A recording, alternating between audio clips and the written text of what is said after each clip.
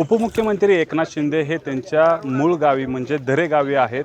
2 दिवसाचा सातारा दौऱ्यावर होते. काल साताऱ्यामध्ये मोठा शिवसेनेचा मेळावा पार पडला. त्यानंतर आता ते आपल्या शेतात रमताना आपल्याला पाहायला मिळत आहेत. एकंदरीत जर बघायला गेलं तर या ठिकाणी मोठ्या प्रमाणावर आता शेतीमध्ये ते काम करताना आपल्याला पाहायला मिळत आहेत. एकंदरीत जर बघायला गेलं तर 3000हून अधिक स्ट्रॉबेरी पिकाची लागवड हे त्यांच्या शेतामध्ये आता सुरू असल्याचं आपल्याला पाहायला मिळते.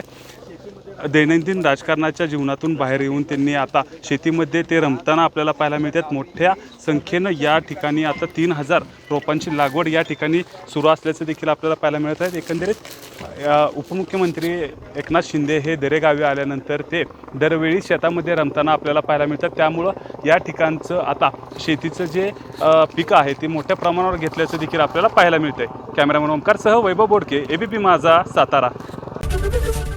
एबीपी माझा, उघडा डोळे बघा नीट.